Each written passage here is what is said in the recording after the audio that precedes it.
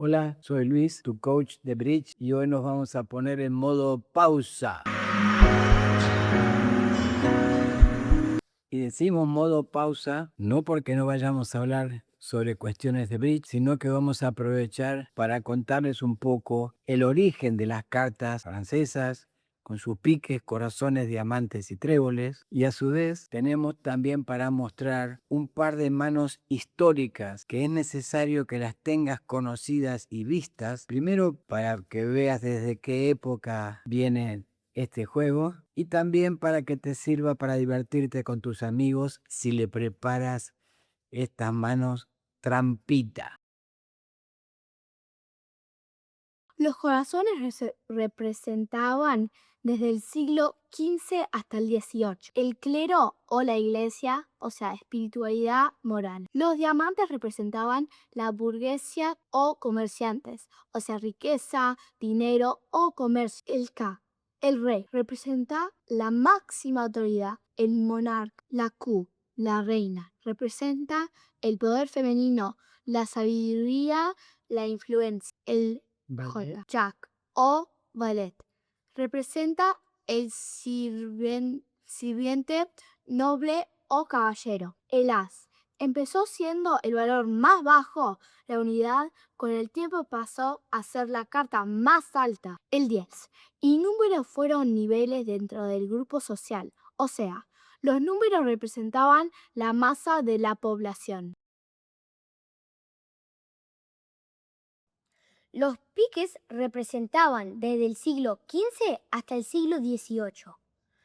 La nobleza, militares, o sea, espadas, poder y guerras. Los tréboles representaban el pueblo, el campesinado, o sea, el trabajo y la agricultura. Cuando se mandaban mensajes en cartas, necesitaban destacar a qué grupo social pertenecían. Así es como se aparecían en cada encabezamiento los símbolos de piques, corazones y diamantes y tréboles. Conoció a Bridge al principios del siglo XIX, además de los palos, piques, corazones, diamantes y tréboles. Se agregó una modalidad de trufos. Es decir, ningún palo es dominante de los demás. Para ganar hay que asistir alto con cartas del mismo palo de salida iniciales. Gracias. En esta historia de bridge vamos a empezar desde, no digo nuestros días, pero desde ahora hacia atrás hasta llegar a ubicarnos el escenario en las que transcurren las dos manos legendarias. Desde 1999, bridge ha sido declarado por Antonio Samaranch deporte olímpico de la mente. Desde hace un siglo, 101 años, Mr. Vanderbilt, con un grupo de amigos, partieron de San Francisco en un buque denominado Finland, haciendo una excursión hasta Cuba por el Canal de Panamá.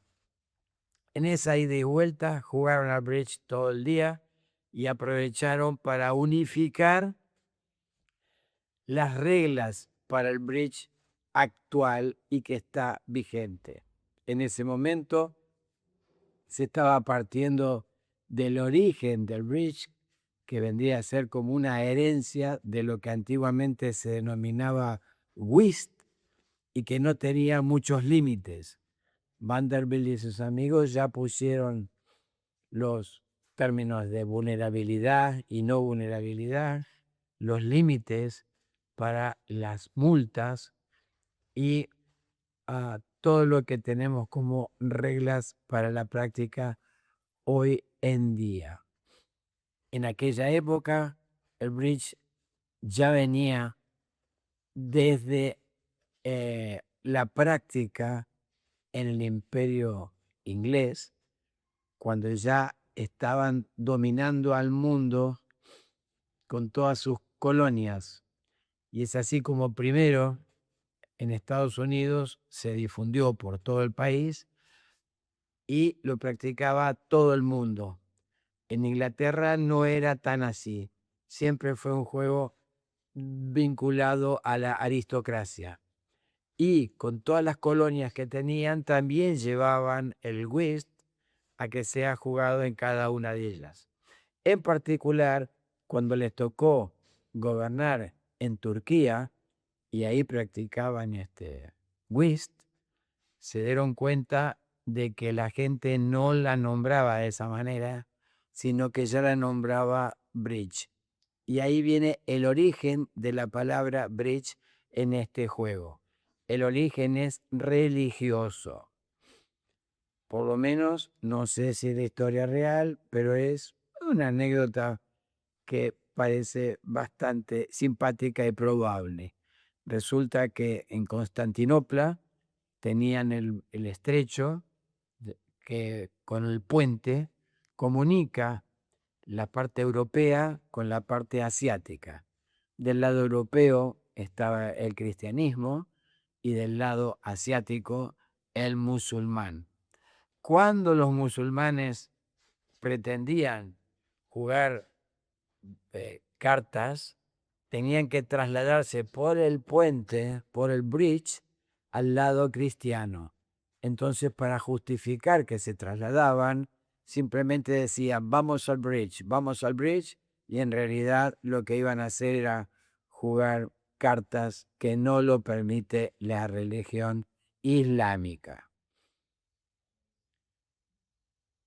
Volviendo a las cuestiones de whist, en Estados Unidos se practicaba muchísimo, sobre todo a la misma altura que el póker. Y así, por ejemplo, en el río Mississippi, por donde circulaban las barcazas que traían los producidos del algodón de distintos estados hasta la costa del Golfo de México, eran viajes de 3, 4, 5, 6 días. Y a la noche, después de la cena, se acostumbraba a cartear, a jugar cartas. Y en esos trayectos aprovecharon y algunos, como de costumbre, estafadores, estudiaban a sus víctimas hasta que al final le hacían morder el anzuelo y quedarse con su fortuna en manos que estaban expresamente preparadas para la bruconada.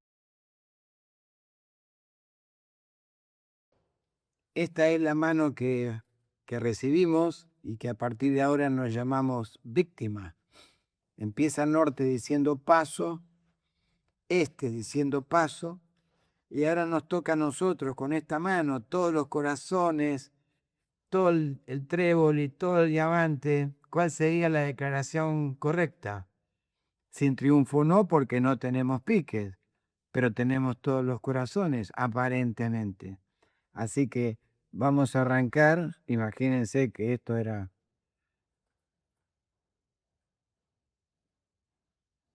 una mesa completa de 7 corazones. Prácticamente decía que no tenía que cartearse la mano. Su adversario de la izquierda, o dice doblo. Entonces ahora viene paso, paso, y que debería decir paso, en lugar de decir paso, decía redoblo. En aquella época, que el bridge todavía no existía con sus reglas, las apuestas no tenían límite. Entonces se producían las mismas situaciones que pasaban en el póker.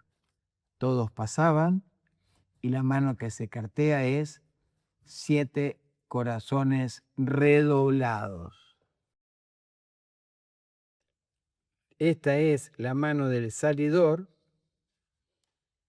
que ya ven el título que tiene, que por supuesto salía con el as de pique. Es irrelevante las cartas que tenga el muerto. porque si ustedes ven el palo de corazón, el declarante tiene 6 y el oponente a la izquierda tiene 7. O sea que tanto norte como este es como que no intervienen de ninguna manera en el juego. Obviamente, en la primera baza de pique, el declarante falla con el 9 e inicia el arrastre con el as. Descarta, por supuesto, corazón. El muerto no tiene, descarta cualquier cosa. Este tampoco tiene, y ahí está a la vista. Las únicas 6 bazas que va a ganar el declarante son las 6 bazas de corazón. El resto las perderá todas. ¿Se imaginan lo que esto les ha costado a las víctimas en puntos y otros valores? Repasando un poco, la mano se denomina la mano del Mississippi o la mano de los corazones del Mississippi. Se utilizó durante muchos años para además enseñar una lección fundamental. Una mano aparentemente invencible puede fracasar si la distribución de las cartas adversarias es desfavorable. Entonces, la conclusión válida es: el valor real de una mano no depende solo de las cartas que uno tiene, sino también de cómo están distribuidas las 39 cartas restantes. La época clásica de estas partidas fue aproximadamente entre 1830 y 1880, coincidiendo con la edad de oro de los grandes vapores del río Mississippi. En esos barcos viajaban comerciantes, plantadores, banqueros, jugadores profesionales y aventureros. El whist era el juego de cartas más popular y recién el bridge aparecería a fines del siglo XIX. Ahora nos trasladamos, nos vamos de Estados Unidos al Reino Unido y ahí nos encontramos con que el whist en la época entre 1830 y 1880 era un juego exclusivo de la aristocracia, que siempre tenía mucho tiempo por delante y se dedicaban a hacer todo tipo de juegos. De hecho, los ingleses tuvieron una imaginación brutal para inventar el fútbol, el rugby, el cricket, el croquet, todo tipo de deportes, incluido el whist, que fueron capaces de repartirlo por todo el mundo hasta que por fin disfrutamos el bridge moderno como hasta ahora. Esta es la mano que le entregaban al duque de Cumberland, que era un personaje famoso porque era muy creído y muy ganador de las carteos de whist, y entonces se creía superior a todos. Le tenían preparada una pequeña trampa. Entonces él recibió esta mano con estas cartas. Ya ven que está completo, excepto que en trébol le falta el as, la dama y el 10. Y el remate comenzaba en sur con el símbolo paso. Él inmediatamente dijo: esta mano no la puedo perder. ¿Y qué declaraba? Quizás lo que hubiéramos declarado cualquiera de todos nosotros: 6 sin triunfos. Y sorprendentemente, el norte hace una declaración aparentemente insólita: 7 tréboles. Por supuesto que aquí pasan el duque de Cumberland doblo, y norte, después de haber nombrado 7 tréboles, todavía dice redoblo. Y como hemos dicho anteriormente, en la época del whist no había límites para las apuestas. Quiere decir que esta mano podía llegar a generar muchísimos puntos.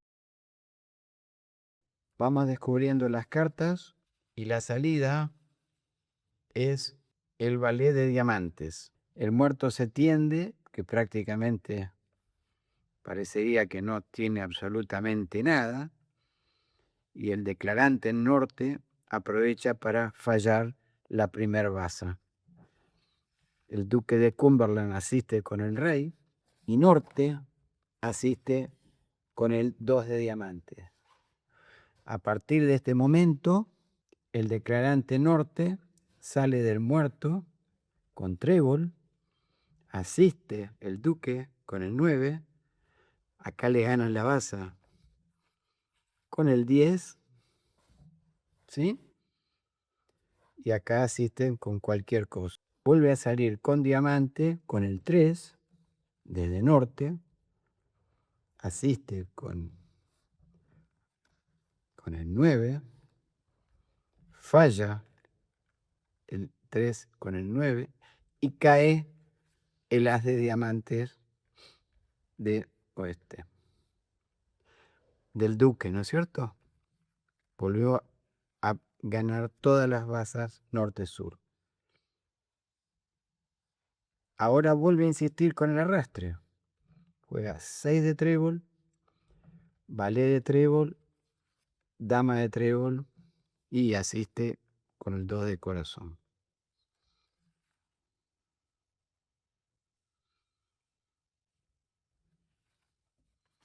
En este momento, el declarante juega el as de trébol, descarta lo que sea, el 2 de pique, descarta corazón, cae el rey de trébol, y entonces, en este momento, el declarante en norte reclama el resto de las bazas, porque con la dama de diamantes se lleva el 10 de diamantes del oponente y los adversarios ya no tienen triunfo para fallar.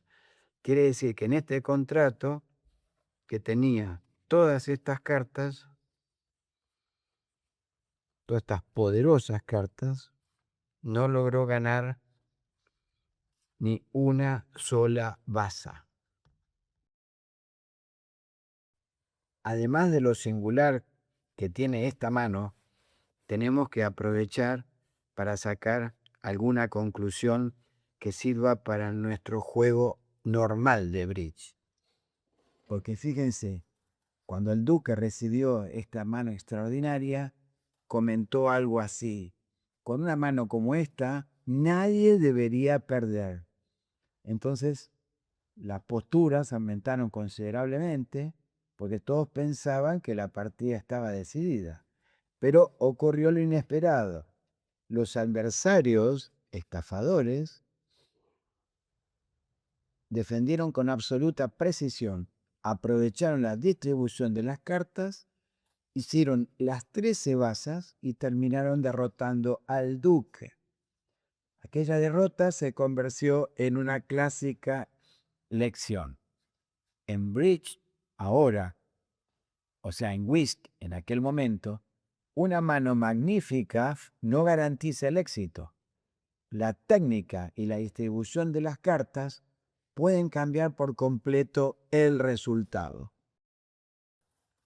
Esta mano sigue siendo famosa porque enseña varios principios que hoy siguen siendo fundamentales en el bridge. Primero, no valorar una mano solo por sus puntos honores, los pH. Segundo, pensar siempre en la distribución de las 4 manos. Tercero, planificar desde la primer baza. Cuarto, evitar el exceso de confianza. Esto nos lleva a los próximos videos en los que vamos a tratar lo que vamos a llamar en la zona del slam, que vendría a ser todas aquellas manos en las cuales el premio está desde 220 puntos hasta 2.200 y que ocurre entre el 3 y el 5% de las manos de bridge. Con esta mano, en la época de Cavendish, por allá por 1860, era un gran profesor de whist y nos dejó los conceptos que se mantienen hoy aún jugando bridge, que son contar la distribución, inferir las cartas del partner, planificar desde la primer baza, conservar las comunicaciones y decidir cuándo sacar triunfos y cuándo no. Cuando les mostraba esta mano, todos los alumnos enseguida dicen que esta mano se gana sin problemas. Entonces, él hacía jugar la defensa perfecta. Poco a poco, los que aprendían descubrían que habían cobrado los ases demasiado pronto, habían bloqueado un palo, habían perdido la comunicación con la mano del partner. La lección es devastadora. No había que aprender qué carta jugar, había que aprender a pensar. Y la famosa frase que dejó para siempre es: antes de jugar la primera carta, juegue toda la mano en su cabeza. Eso es lo que hoy en día llamamos planificar el contrato. Si estas lecciones te aportan valor, ahora también podés apoyar el proyecto como mecenas en Patreon con el aporte que elijas. Encontranos en www.patreon.com. Gracias. Como siempre, desde Bridge Forever, esperamos que les haya gustado conocer la existencia de estas dos manos y divertirse alguna tarde con sus amigos. Recuerden que pueden hacer un aporte tipo mecenas en www.patreon.com. Recuerden suscribirse al canal, darle los likes a cada video y hacer todas las consideraciones que consideren interesantes o preguntas. Suerte, brillistas.